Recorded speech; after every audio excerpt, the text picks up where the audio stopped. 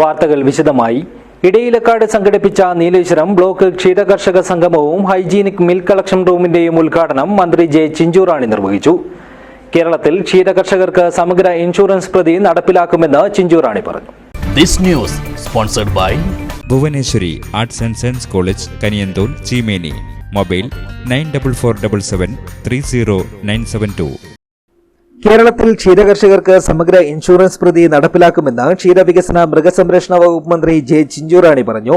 നീലേശ്വരം ക്ഷീരവികസന യൂണിറ്റിന്റെയും ക്ഷീരസഹകരണ സംഘങ്ങളുടെയും സംയുക്താഭിമുഖ്യത്തിൽ മിൽമ, മൃഗസംരക്ഷണ വകുപ്പ്, കേരള ഫീഡ്സ് എന്നിവയുടെ സഹകരണത്തോടെ ഇടയിലക്കാട് സംഘടിപ്പിച്ച നീലേശ്വരം ബ്ലോക്ക് ക്ഷീരകർഷക സംഗമത്തിന്റെയും ഹൈജീനിക് മിൽക്ക് കളക്ഷൻ റൂമിന്റെയും ഉദ്ഘാടനം നിർവഹിച്ച് സംസാരിക്കുകയായിരുന്നു മന്ത്രി. ചർമ്മരോഗം മൂലമോ കഠിനമായ ചൂട് മൂലമോ മരണപ്പെടുന്ന പശുക്കൾക്ക് 37,500 രൂപ വീതവും, ചെറിയ പശുക്കൾക്ക് 20,000 രൂപ വീതവും, ജനിച്ചപ്പോൾ തന്നെ മരണപ്പെടുന്ന പശുക്കൾക്ക് 10,000 രൂപ വീതവും കർഷകർക്ക് ഇൻഷുറൻസ് നൽകും.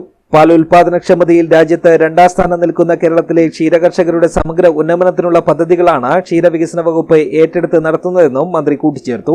കേരളത്തിലെ മുഴുവൻ പശുക്കളെ ഇൻഷുർ ചെയ്യുക എന്ന ഉത്തരവാദിത്വത്തിലേക്ക് ഞങ്ങൾ എത്തിച്ചേരുകയാണ്.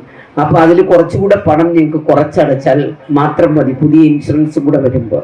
അപ്പൊ അതും നിങ്ങളെ സഹായിക്കാനാണ്. ഒരു പശു മരണപ്പെട്ടാൽ പശുവിനെ തന്നെ മേടിക്കുവാൻ പറ്റാവുന്ന തരത്തിൽ ഇൻഷുറൻസ് നിങ്ങൾക്ക് കിട്ടും എന്നുള്ളത് കൊണ്ടാണ് സമഗ്ര ഇൻഷുറൻസ് പദ്ധതി കേരളത്തിൽ നടപ്പിലാക്കുക എന്ന വലിയ ലക്ഷ്യത്തോടു കൂടി ഞങ്ങൾ ഇന്ന് മുന്നോട്ട് പോകുന്നു.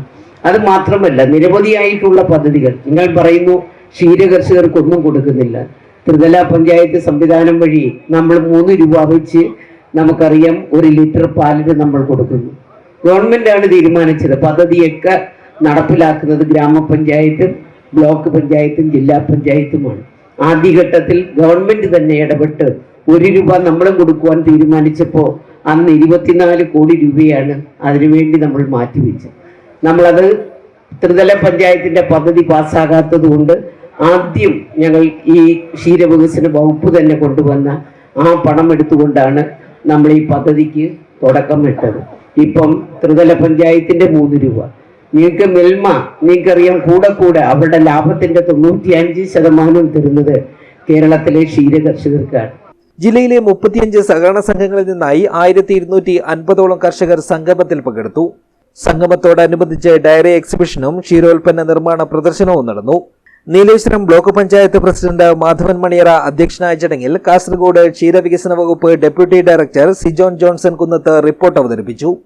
പരിപാടിയിൽ KCMMF director P Narayanan, MRCMPU director K Sudhakaran, വിവിധ ഗ്രാമപഞ്ചായത്ത് പ്രസിഡന്റുമാരായ VV Sajeevan, VK Baba, AG Ajith Kumar, PP Prasannakumari, Muhammad Aslam, Nileshwaram block panchayat vice president PK Lakshmi, ജില്ലാ പഞ്ചായത്ത് അംഗം CJ സജിത്ത്, സ്റ്റാൻഡിംഗ് കമ്മിറ്റി ചെയർമാൻമാരായ സുരേഷ്, അനിൽകുമാർ, ഗാദർ പാണ്ഡ്യാല, വലിയപറമ്പ് ഗ്രാമപഞ്ചായത്ത് അംഗം K അജിത, ജില്ലാ consortium chairman PA Rajan, circle സഹകരണ union director K Sumeshan, Valiyaparamba veterinary surgeon doctor Sangeetha Mohan, Milma P&I ജില്ലാ മേധാവി V ഷാജി, ക്ഷീരസംഘം പ്രസിഡന്റുമാരായ K നാരായണൻ, PP ചന്ദ്രശേഖരൻ, വിവിധ രാഷ്ട്രീയ പാർട്ടി പ്രതിനിധികൾ തുടങ്ങിയവർ പങ്കെടുത്തു.